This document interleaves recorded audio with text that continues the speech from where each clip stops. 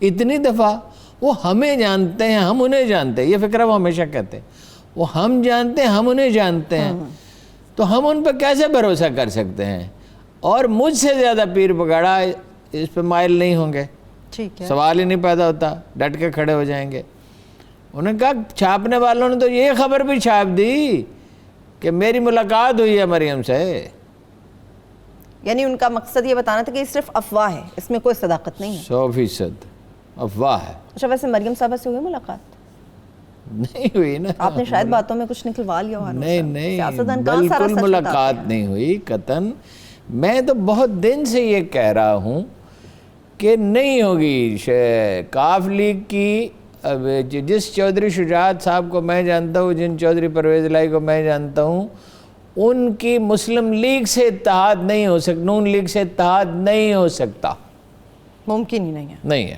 دیکھیں نا ان کی جگہ کہاں ہے، جگہ کہاں ہے ان کی؟ اچھا اتحاد ہو جائے تو کوئی نئی جماعت بھی تو بن سکتی ہے ہارون صاحب۔ نئی جماعت کو چھوڑیں، فرض کیجئے نون لیگ کو اقتدار مل جاتا، فرض کیجئے، ایک مفروضہ ہے نا، ویسے کہتے ہیں سیاست میں مفروضوں پہ زیادہ گفتگو نہیں کرنی چاہیے۔ تو نواز شریف صاحب کہہ چکے ہیں کہ وزیر اعظم ہوں گی مریم، اچھا مریم نواز، ٹھیک ہے، اور باپ بیٹا آپس میں فیصلہ کر لیں وزیر اعلیٰ کون ہوگا، حمزہ ہوگا یا شہباز ہوگا۔ یہ بالکل نواز شریف کی کلیئر پوزیشن۔ مریم قبول ہوگی کس کو؟ عوام کو؟ وہ تو ایک الگ بحث ہے نا، قبول ہوگی، یعنی اگر ان کا منصوبہ پروان چڑھتا ہے تو وہ انہوں نے کہا باپ بیٹا آپس میں فیصلہ کر لو۔ تو شہباز شریف صاحب جو ہیں وہ ووٹ ان کے نہیں ہیں، ووٹ کس کے ہیں؟ نواز شریف صاحب کے۔ نواز شریف صاحب نواز شریف صاحب کے۔ اس لیے فرض کیجئے ایسا ہوتا ہے تو اس میں چودھری کہاں کھپیں گے؟ ایک تو یہ مسئلہ ہے، یہ جو کباب میں ہڈی ہے نا وہ ہیں چودھری۔ چودھریوں کے اتنے ووٹ نہیں ہیں جتنے نواز شریف صاحب کے ہیں ہارون صاحب، نون لیگ زیادہ ہے۔ اوہو، اگر ان کا الائنس ہو تو چودھریوں کو ملے گا کیا؟ ابھی کیا مل رہا ہے چودھریوں کو؟ سپیکر ہیں پنجاب اسمبلی کے، حکومت ان کے بل پہ کھڑی ہے پنجاب کی، جب چاہتے ہیں آنکھیں دکھاتے ہیں۔ ناچاکی بھی تو رہتی ہے۔ ہاں تو ناچاکی ان کا کیا نقصان ہوتا ہے اس ناچاکی میں؟ تو عمران خان کا کیا نقصان ہو رہا ہے؟ نہیں، عمران خان تو زیر بحث ہی نہیں ہے۔ زیر بحث یہ ہے کہ کیا لیگیں متحد ہوں گی اور بزدار، اچھا آپ سن لیں بزدار کی، وہ کلیئر ان کا سٹینڈ ہے کہ ہم بزدار صاحب کے ساتھ ہیں۔ میں تو کل صبح سے لوگ مجھ سے پوچھ رہے ہیں کہ بزدار صاحب جا رہے ہیں، بلکہ پرسوں رات سے میں نے پوچھا متبادل امیدوار کون ہے؟ متبادل امیدوار میں نام نہیں لوں گا، ایک صاحب کا نام لیا، میں نے کہا ان کا تو جہانگیر ترین صاحب راسم ہے، ان کا تو سوال ہی نہیں پیدا ہوتا۔ ٹھیک ہے، اور اب مجھے اندیشہ یہ ہے کہ آپ اس میں تفصیل میں نہ جائیں، عثمان بزدار صاحب کی روحانی حمایت انٹیکٹ ہے۔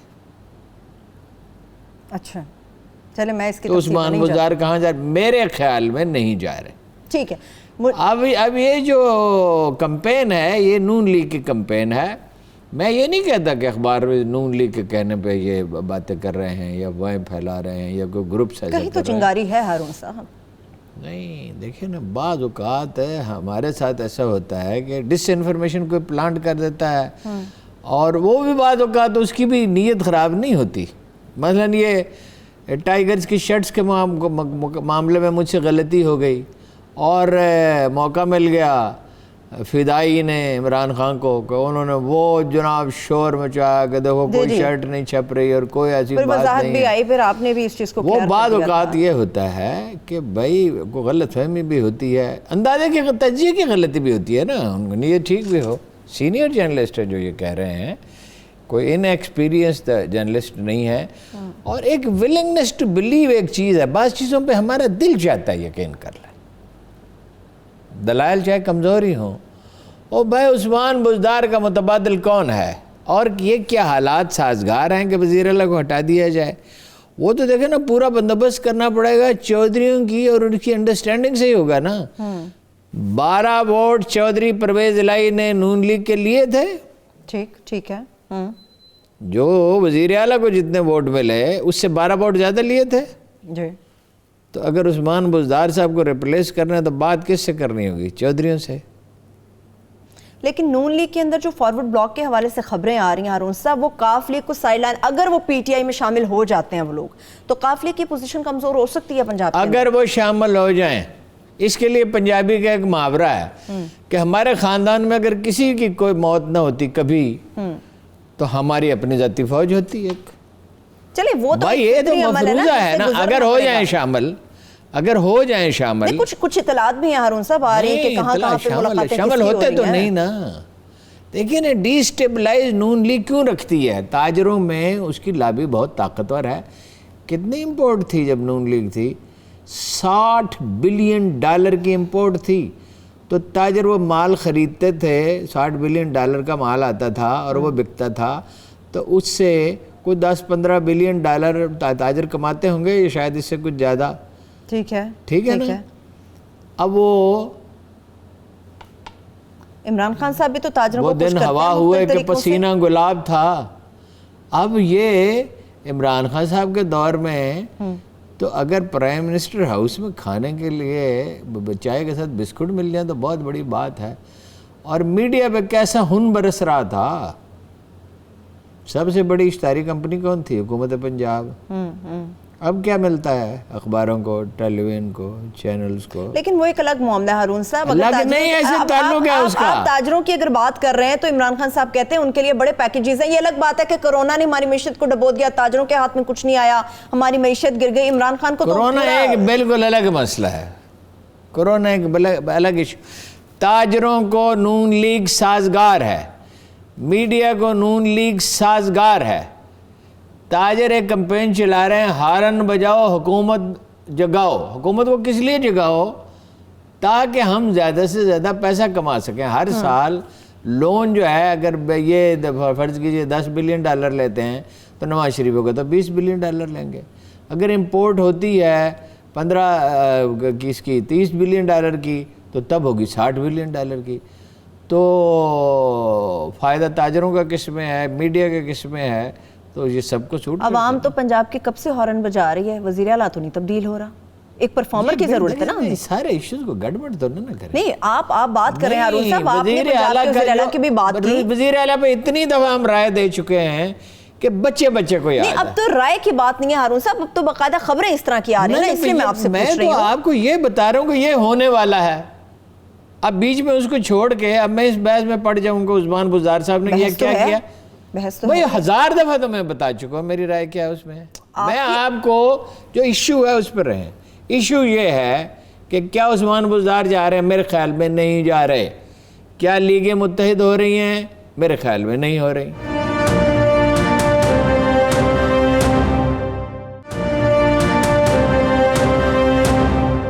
بریک کے بعد ایک بار پھر سے پروگرام میں ہم آپ کو خوش آمدید کہیں گے۔ آٹے کی بات ہم نے کر لی۔ ہارون صاحب، چینی کا معاملہ، اس کے اوپر بھی حکومت کا کنٹرول نہیں ہے۔ کسی چیز پہ بھی حکومت کا کنٹرول نہیں ہے۔ آپ بڑے تحمل سے ہی بات کر رہے ہیں ہارون صاحب۔ اب میں کیا چیخوں؟ چیخنے کا فائدہ کیا ہے؟ چینی مہنگی ہو گئی، حکومت کی ریٹ نہیں۔ دیکھیے، آپ کو فرق نہیں پڑ رہا چینی مہنگی ہونے سے؟ مجھے کیا فرق پڑتا ہے؟ میں تو چینی کو چھوتا تک نہیں ہوں، حالانکہ مجھے شوگر نہیں ہے۔ مجھے کیا فرق پڑتا ہے؟ عوام کا درد ہی محسوس کر لیں۔ عوام کا درد محسوس کرتا ہوں تو اتنی فریاد کرتا ہوں۔ ہر حکومت مجھ سے ناراض رہتی ہے۔ ہر حکومت مجھ سے کیوں ناراض رہتی ہے؟ عوام کی بات کرتا تو اور کس لیے؟ اور میں نے کیا کسی وزیر اعظم کی اس عوام میں مجھے بھی شامل کر لیں، اس کی کھوتی کو ہاتھ لگایا ہے؟ ہارون صاحب، اس عوام میں مجھے بھی شامل کر لیں، مجھے بھی بڑی تکلیف ہے۔ نہیں تو اس کا مجھ سے کیا پوچھ رہی ہیں؟ سارے عوامل واضح ہیں۔ آپ کا دوست عمران خان سن رہا ہوگا نا، اس لیے پوچھ رہی ہوں۔ اچھا، یہ عمران خان میں جتنے غلط فیصلے اس نے کیے وہ میری چوک کے، وہ کبھی میرا دوست تھا، اس لیے جو بھی غلط فیصلہ ہوگا اس کا میں ذمہ دار۔ آپ نے ٹی وی پہ بیٹھ کے اناؤنس کیا تو میں نے کہہ دیا۔ ایک منٹ، اس کی عمر تھی 42 سال جب میری اس کی ملاقات ہوئی۔ اور پھر کتنے سال دوستی رہی؟ 13 سال ہے نا، اس کو چھوڑ دیں، بالکل ڈریگ کرنے کی کوشش نہ کریں۔ آپ کہہ رہے ہیں 42 سال جب میری دوستی ہوئی، 42 سال اس کی عمر تھی جب میری اس کی ملاقات ہوئی۔ پھر کتنے سال رہی؟ اور بات تو سنیں، 13 سال کی عمر میں یا زیادہ 14 سال کی عمر میں شخصیت مکمل ہو چکتی ہے۔ اور میں نے دھرنے کی مخالفت کی ڈٹ کے، وہ سارا کفارہ ادا کیا، اور ہر پروگرام میں یہ قصہ آپ لے کے بیٹھ جاتی ہے۔ صحبت کا اثر اچھا، ہوتا ہے۔ اس نے جو بھی غلط کیا وہ میری وجہ سے کیا۔ میں تو کہہ رہی ہوں جو اس نے اچھا کیا جو اس نے اچھا کیا وہ کسی اور کی وجہ سے ہارون کیا. صاحب صحبت کا اثر ہوتا ہے. میں سمجھ رہی ہوں شاید خان صاحب نے آپ کی صحبت کا کچھ اثر لے لیا ہو. میری صحبت کا, آپ کے دوست تھے اس لیے میری صحبت کا اثر, اٹھتے بیٹھتے تھے آپ لوگ. وہ میری صحبت کا اثر اگر کوئی تھا تو جب عامر کیانی پہنچ گئے جیسے لوگ اس کے ارد گرد ہوں, اور سینکڑوں عامر کیانی ہیں, اور اب تو ماشاءاللہ زلفی بخاری بھی ہیں, اور فیاض حسن چوہان ہیں, اور کیا کیا عالی قدر شخصیت ہے. چینی پہ بات کر لیتے ہیں. چینی کا مجھے کچھ پتہ نہیں, وہ چینی مہنگی ہوئی نہیں ہونی چاہیے. حکومت کا فرض ہے کہ بھائی اس نے تو بڑا اعلان کیا تھا کہ وہ نکلوائیں گے ذخیروں سے, تو اتنی ہمارے پاس اہم خبریں, چینی پہ وقت ضائع نہ کریں. یہ اہم خبر نہیں ہے ہارون صاحب. بھائی اس کو کیا لے کے چلیں بیٹھے ٹھیک ہے, آپ ہر خبر پہ کہہ دیتے ہیں ہمارے پاس کل 40 منٹ ہوتے ہارون ہیں. صاحب آپ ہر خبر پہ کہہ دیتے ہیں اہم خبر نہیں ہے. اچھا کے الیکٹو کی پھر بات کر لیں, وہ تو اہم خبر ہے. کراچی کے لوگوں کا درد, 2 بوندیں برسی ہیں وہاں پہ, برے حالات ہو گئے. بہت اہم, 2 کروڑ آدمی عذاب بھگت رہے ہیں. کہ الیکٹرک پہ کسی حکومت نے معاہدے پہ عمل نہیں کرایا. دیکھیے ان پہ الزام ہے کہ تانبے کی تاریں بیچ ڈالی انہوں نے اتار کے, اور سستی تاریں لگا دی جس سے جو لائن لاسز بڑھ گئے.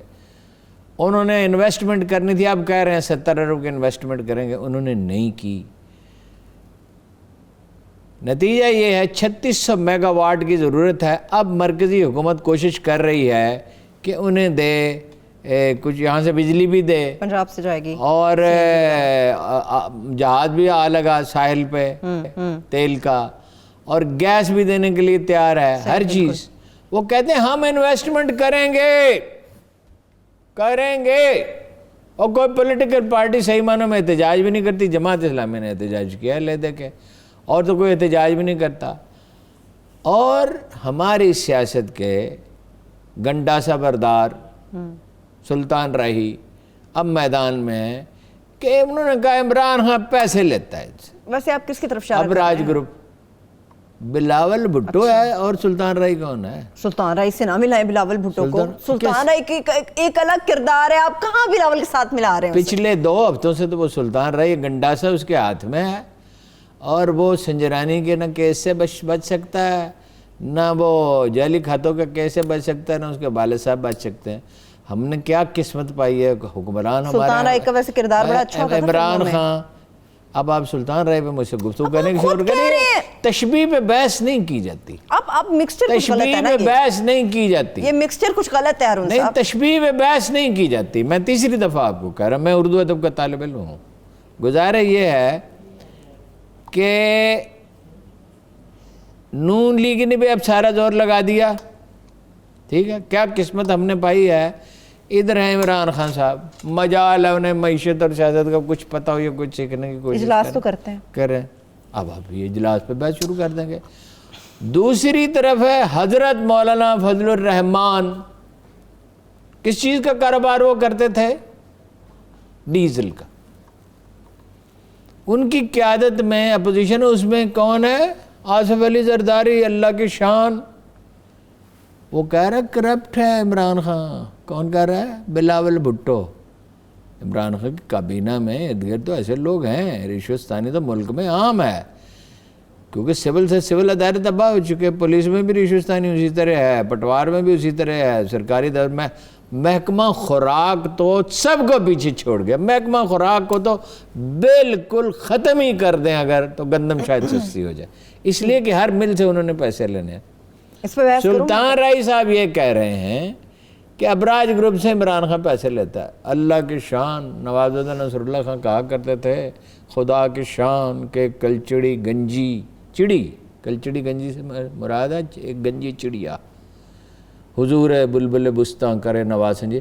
وہ عمران خان میں تو خوبی ایک ہی ہے کہ پیسے نہیں لیتا, باقی تو اللہ کے فضل سے کار حکمرانی کا تو عالی جناب کو پتہ ہی نہیں کہ وہ ہوتی کیا ہے. تو باقی تو لیتے ہیں نا, عمران خان لیتا, باقی نیچے والے تو لیتے ہیں ہارون صاحب. نیچے والے تو کوئی کسر چھوڑتے نہیں. وہ آئے کہاں سے ہیں؟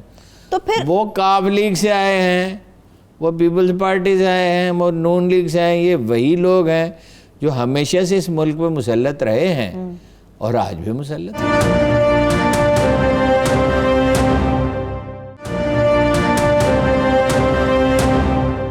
حکومت نے تیسری مرتبہ ہارون صاحب کہا کہ جی کونسلر رسائی دی جائے گی. دوسری مرتبہ سے کیا حاصل ہوا جو تیسری مرتبہ یہ چیز کہی جا رہی ہے؟ اس کا حکومت کو فائدہ ہے؟ اس کے بے شمار اس کے بہت سے پہلو ہیں. انٹرنیشنل برادری پہ اس کا امپیکٹ ہو رہا ہے. وکلاء نے مشورہ دیے. دیکھیے عالمی عدالت انصاف نے تو کہا تھا ایک دفعہ ایکسیس کافی ہے, دوسری دفعہ کیوں دی اور تیسری دفعہ کیوں دی؟ دیکھیے دوسری دفعہ کے لیے انہوں نے اتنی سخت شرطیں عائد کی کہ ہم جس زبان میں چاہیں بات کریں, ملیالم میں, مراٹھی میں, انہوں نے وہ بھی مان لی تھی. انہوں نے کہا 2 آدمی ملوں گے نا, وہ بھی مان لی. بالکل ایسا. انہوں نے کہا بیچ میں شیشہ ہٹا دے, وہ بھی ہٹا دیا. ٹھیک ہے, ہر بات مان لی. اب کلبھوشن ناراض ہے. پاکستان یہ چاہتا ہے کہ وہ اپیل کرے. پاکستان کیوں چاہتا ہے اپیل کرے؟ پاکستان اس کو تھوڑا ڈیلے کرنا چاہتا ہے اس لیے کہ موت کی سزا ہے اس کی. اگر وہ سزا ہو جاتی ہے تو یورپی یونین آپ کا کیا وہ جی ایس پی سٹیٹس ہوتا ہے, میں ٹھیک میرا خط تلفظ میرا شاید غلط ہو, اس کے نتیجے میں آپ کی بین الاقوامی طور پہ آپ پہ تنقید ہوگی, آپ کا نقصان ہوگا, آپ دباؤ میں آئیں گے. میری معلومات ویسے یہ ہیں کہ انڈین ایمبیسی آج رات, ابھی جس وقت یہ پروگرام ہو رہا ہے, ممکن ہے وہ لوگ روانہ ہو چکے ہوں ملنے کے لیے, یہ شاید کل ملیں. شاید میں کہہ رہا ہوں, یقینی نہیں, سورسز یہ کہہ رہے ہیں کہ ملاقات ہو سکتی ہے. ٹھیک ہے, ٹھیک ہے. انڈین ایمبیسی وہ حکومت پاکستان چاہتی ہے انڈین ایمبیسی اپیل کر دے تاکہ اسے وقت مل جائے غور کرنے کے لیے, کوئی صورت نکالے. میرا خیال ہے وہ نہیں کریں گے. کیوں؟ اس لیے کہ وہ چاہیں گے کہ رحم کی اپیل جائے چیف آف آرمی اسٹاف کے پاس. اچھا. ان میں دونوں صورتوں میں پاکستان پہ تنقید ہوگی. اگر اسے موت کی سزا دی جاتی ہے تو یورپی یونین اور دوسرے ممالک جو موت کی سزا کے خلاف ہیں وہ آپ پہ تنقید کریں گے, اور ممکن ہے کہ کچھ رعایتیں بھی آپ سے واپس لے لیں. ایک بات. ٹھیک ہے. دوسری بات یہ ہے, اگر اسے سزائے موت دی جاتی ہے, نہیں دی جاتی ہے تو یہ مسئلہ. اگر نہیں دی جاتی پھر کیا ہوگا؟ پھر یہ جو سوشل میڈیا کا ابلیس ہے, ابلیس کے فرزند ہیں ارباب سیاست, نہیں وہ دوسرا مصرع اس پہ زیادہ صادق آتا ہے, آزادی اظہار ہے ابلیس کی ایجاد. پھر الزام یہ لگے گا کہ تم لوگ نرمی کر رہے ہو اور اس کو جاسوس کو سزا نہیں دے رہے. جو جاسوس کا لفظ کچھ دن سے استعمال, اور مجھے حیرت ہے, ہی از اے ٹیررسٹ. جاسوس تو نہیں ہے, اس نے ٹیررزم کا نیٹ ورک بنایا تھا. وہ ناراض ہے, اس نے اظہار ناراضگی کیا ان سے کہ تم میری کوئی مدد نہیں کر رہے. وہ بات بھی تو نہیں سن رہے تھے. تو یہ ہے صورتحال اس میں. اب تیسری مرتبہ میں حاصل کیا ہوگا ہارون صاحب؟ ہم بار بار یہ کوشش اگر کرنے کی کوشش کر رہے ہیں, کیا حاصل ہوگا؟ میں نے آپ کو بتا دیا کہ پاکستان یہ چاہتا ہے کہ اس پہ عالمی برادری کے سامنے اپنی پوزیشن ٹھیک رکھے. یعنی اگر ہم عالمی برادری کو جتنا وقت ہمیں ملے گا, ٹائم ملے گا, ہمیں ایکسپلین کرنے کی پوزیشن میں ہوں گے کہ ہم نے تو عالمی عدالت انصاف کی بات نہ صرف مانی, اس کی والدوں کو ملنے کا موقع دیا, اس کی بیگم کو ملنے کا موقع دیا, اس کو اپیل کا موقع دیا. انصاف, کیونکہ عالمی عدالت انصاف نے کہا تھا پاکستان کا اپنا ایک نظام انصاف ہے. ٹھیک ہے, تو وہ پاکستان یہ عالمی برادری کو بتا رہا ہے کہ یہ ہے نظام انصاف, اس میں اس سے موقع جب فائدہ اٹھانا چاہے اٹھا لے. میری ذاتی رائے اور ہے, ٹھیک ہے, میری ذاتی رائے ہے, پڑھا رہے نا, ہمارا کیا لیتا ہے. حکمت ایک چیز ہوتی ہے, دیکھیے جو انفارمیشن اس سے لینی تھی لے لی, اس کے ساتھ اس نے سلوک کیا, اس کو کھانا اچھا کھلایا, اس کو اچھی جگہ پہ رکھا, جو قیدیوں کے ساتھ اچھا سلوک کرنا چاہیے. آرڈیننس کا معاملہ کیا ہے صاحب؟ آرڈیننس اسی لیے نافذ کیا نا. وہ کہتے ہیں ہم سے مشاورت نہیں کی گئی, علم میں نہیں لائی گئی بات آرڈیننس کے حوالے سے. وہ تو خیر پاکستان کی تاریخ یہی ہے کہ جو بھی حکومت ہے اپوزیشن سے مشاورت نہیں کرتی. انڈیا میں یہ نہیں ہوتا. انڈیا میں تو یہ بھی نہیں ہوتا کہ لندن میں الگ الگ اپنی سیاسی پارٹیاں بنا لیں, یا فرانس میں یا جرمنی. یہ تو ہمارا قومی مزاج ہے کہ ہم ہر چیز میں حکومت اپوزیشن کو ذمہ دار ٹھہرائے گی, اپوزیشن کو ذمہ. اس میں تو ساری پارٹیوں کا ایک ہی موقف ہونا چاہیے انڈیا کے معاملے میں. اور اب وہ حب وطن کے ٹھیکیدار بن گئے. بلاول صاحب, سلطان رئیس صاحب حب وطن کے ٹھیکیدار ہیں اور نیٹ اینڈ کلین ہیں, اور آپ کو بھی بڑی ہمدردی ہو گئی ان سے. آپ نے بات ہی نہیں سنی. آپ ایسی بات نہیں میں سنتا نہیں ہارون صاحب, وہ اس بات پوائنٹ کوئی پہ دلیل بھی ہو, وہ دلیل کے ساتھ آپ کو میں آفٹر دا شو ضرور, کیونکہ آن ایئر تو آپ میرے ساتھ وہ بات نہیں کرنے والے. چلیں نئی سر جنگ کے حوالے سے بات کر لیتے ہیں. میں بریک کی طرف چلتی ہوں ہارون صاحب, ایک چھوٹی سی بریک ہے, جب بریک سے واپس آئیں گے گفتگو یہیں سے آگے بڑھے گی. مگر پروگرام کے آغاز پر جس طرح سے نئی سر جنگ کے حوالے سے ہماری گفتگو ادھوری رہ گئی تھی, واپس آ کے اس پہ بات کریں گے. ہمارے ساتھ رہیے.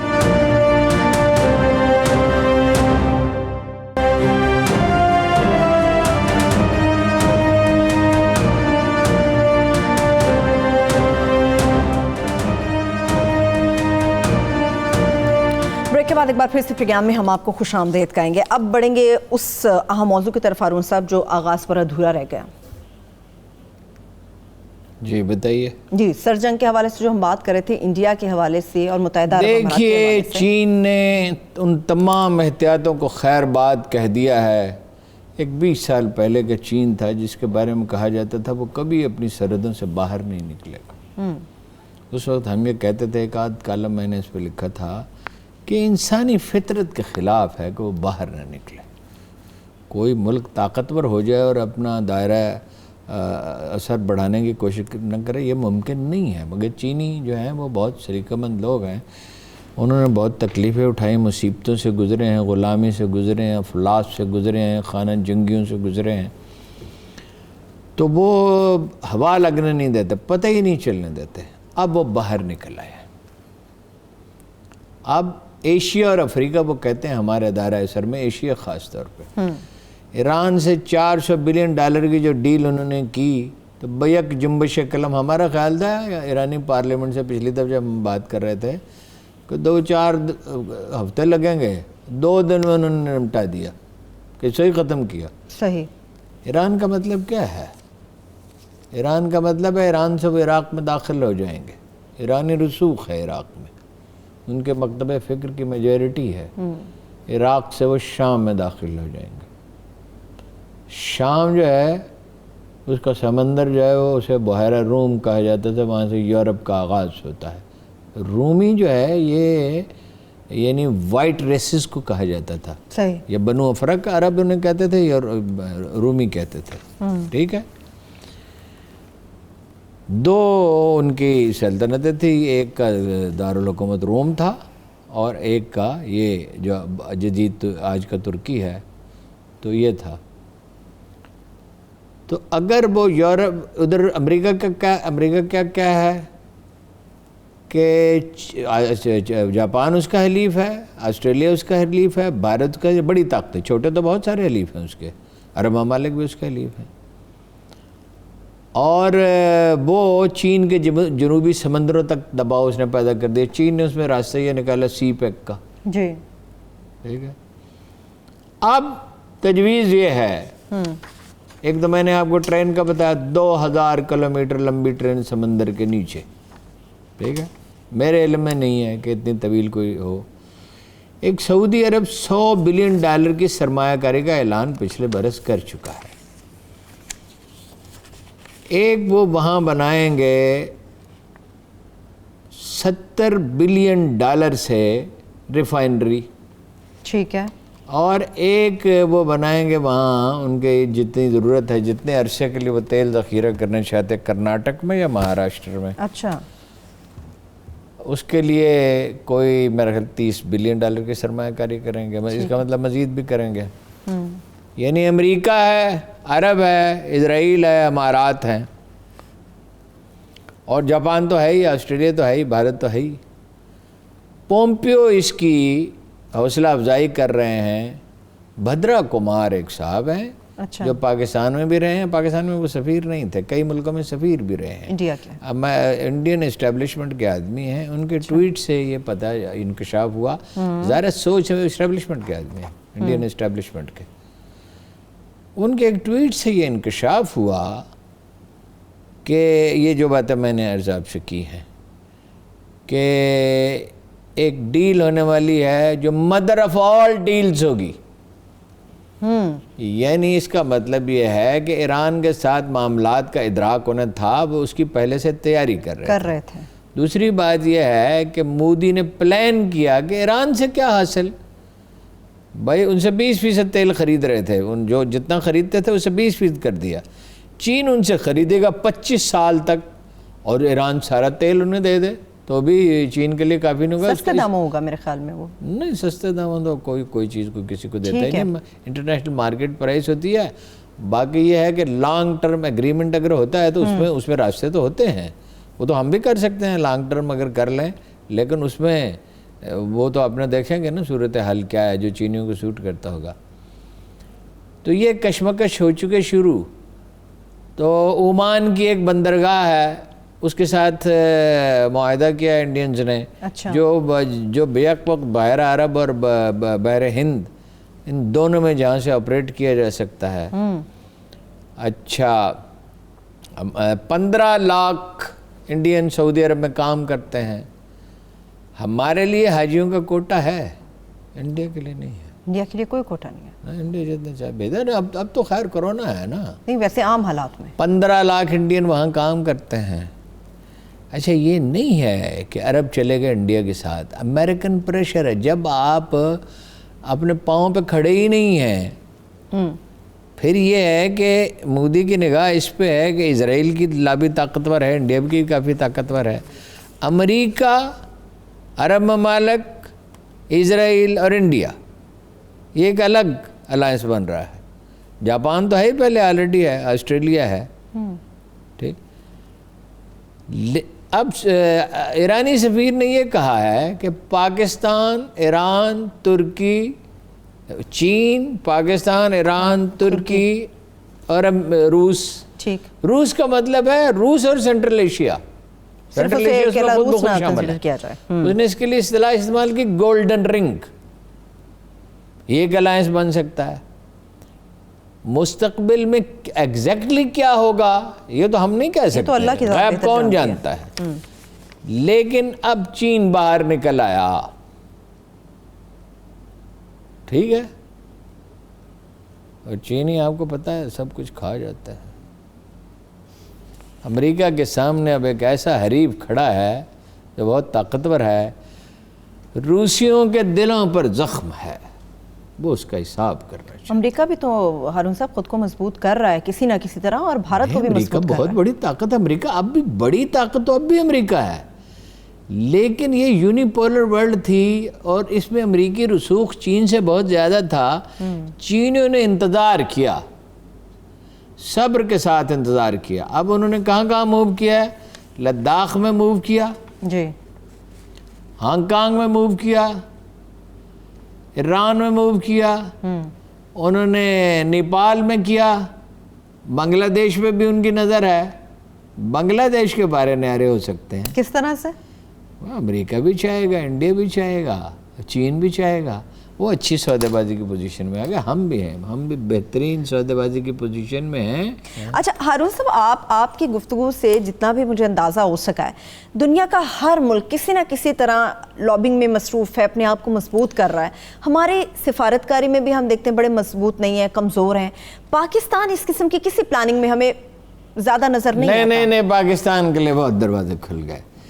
جب ایران میں سرمایہ کاری ہوگی تو چابہار اور گوادر جو دنیا کی سب سے بڑی بندرگاہ بن سکتی ہے، کیلیفورنیا سب سے بڑی ہے، اسے دگنی بڑی بن سکتی ہے. سمندر کی ساخت ہوتی ہے نا، وہ بندرگاہ یہ نہیں ہے سمندر میں جہاں چاہیں آپ بنا لیں. دیکھیں نا سعودی عرب کے ساتھ ساتھ سمندر کہاں تک ہے، مگر مدینہ منورہ کے مقابل تو بندرگاہ نہیں بن سکتی. سمندر کی ساخت ایسی ہے نا، اس پہ ڈیپینڈ شاید اللہ نے اس کو محفوظ رکھنے کے لیے یہ کیا ہو. تو جدہ میں بن سکتی ہے، لیکن ہر جگہ بندرگاہ نہیں بن سکتی. ٹھیک ہے. پاکستان افغانستان سے نکل گیا، انڈیا ایران سے نکل گیا. اب جب وہ امریکہ کا اتنا مضبوط حلیف بن جائے گا تو روسیوں کو سوچنا پڑے گا. روسی سودا سلف تو بیچنا چاہیں گے. یہ انٹرنیشنل پالیٹکس پیچیدہ بہت ہے. پاکستان کے لیے بہت آپشنز ہیں. فائنلی ایک دن کیا ہونا ہے؟ کیا؟ وہ اورنگزیب عالمگیر جب بسبب میں بہت دفعہ یہ شعر سنا ہے، لیکن یہ ایسا برمحل ہے کہ مجھے پھر یاد آتا ہے. اورنگزیب بستر مرگ پہ پڑا تھا. اورنگزیب جیسا ہندوستان کی تاریخ میں کوئی فصیح بادشاہ نہیں گزرا.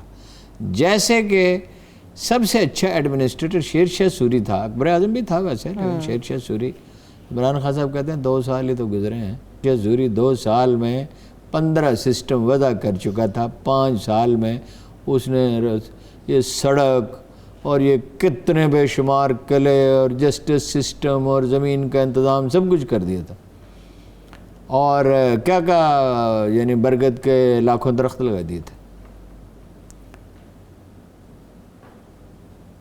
اورنگزیب عالمگیر بستر مرگ پہ ایک شعر پڑھتے ہوئے اس نے کلمہ پڑھا اور دنیا سے چلا گیا۔ بہر لحظہ بہر ساتھ بہر دم دگرگوں میں شود احوال عالم، ہر گزرتی ہوئی ساتھ کے ساتھ دنیا کا معاملہ بگڑ رہا ہے، اب واقعی بگڑ رہا۔ اس وقت تو اس کی مغل بادشاہت کے لیے بگڑ رہا تھا نا، مسلمانوں کے لیے کہہ رہے ہیں بگڑ رہا تھا، اس لیے کہ خود بگڑ گئے تھے، تو جو خود بگڑ جائے جو قوم، اس کے لیے حالات خراب ہی ہونے ہیں نا۔ اب دنیا جو ہے نا یہ اپنے انجام کی طرف ایسا لگتا ہے جا رہی ہے، مجھے ایسا لگتا ہے وہ وقت بہت قریب آ پہنچا جس کی جناب رسالت مآب نے پیش گوئی کی تھی کہ اپنی سرحدوں سے باہر نکلے گا اسرائیل، بے چین ہو کے۔ انہیں کس چیز کی یاد آتی ہے سب سے زیادہ؟ جب وہ مدینہ منورہ سے نکالے گئے تھے اور خیبر چلے گئے تھے، پھر خیبر پہ اسلامی رسول اللہ صلی اللہ علیہ وسلم خود تشریف لے گئے تھے، اور ایک سحر اٹھے اور فرمایا، ان قلعوں پہ نظر کی، یہودیوں کے قلعوں پہ نظر کی، اور کہا بری ہے ڈرائے گیوں کی صبح۔ یہ جو کانفلکٹ ہے یہ بڑھتا چلا جائے گا ایسا لگتا ہے، اور آپ نے فرمایا آخر میں صرف 2 خیمے رہ جائیں گے۔